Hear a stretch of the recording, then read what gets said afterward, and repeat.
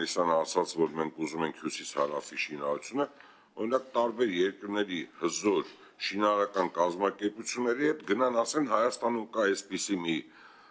ծրագիր, որտեղ որ թունելներ ա, որտեղ որ կամուրջներ ա, որտեղ որ եւ պետությունն ա ուզում մասնակցի, կարող եք դուք գնալ, կարող եք դուք մասնավոր լինել, այս տեղեկանքապետ գրենք տանք ձեզ, որ դա գնան այդ երկրի տվյալ, օրինակ վերցնենք Չինաստանում դեսպանը գնա մի առաջի 10 ներողություն, 10 շինարարական կազմակերպություն, ասի կարող ա դուք ուզենաք Հայաստանում այսինչ բանին մասնակցեք, այդ օֆիցիալ բանը, պաշտոնական բնույթ կրի, սա տալիս ենք ձեզ, տեսեք, մտածեք, մեզ ասեք, ու սկսի կապը դառնալ ինքը, Հայաստանի կառավարության եւ Չինաստանի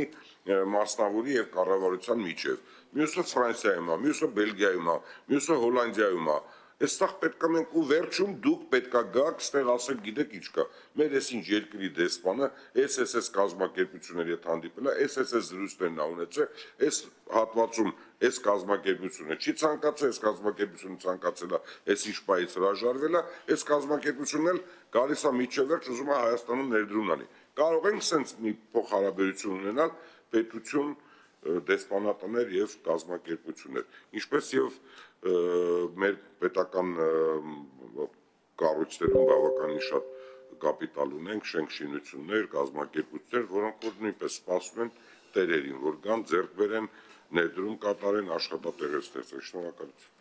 Շնորհակալություն հարցի համար, մի անգամից պետք է ասեմ, որ բոլոր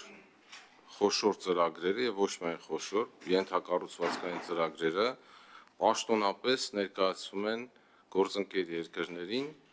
շինարարության աշխատանքներին մասնակցելու հնարավոր ներդրումներ կատարելու, այսինքն եթե խոսքը հյուսիս-հարավի կամ ջրամբարների կամ ակադեմիական քաղաքի այս բոլոր ծրագրերը պաշտոնապես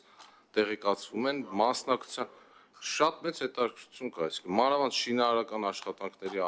առումով շատ մեծ հետաքրքրություն կա անընդհատ։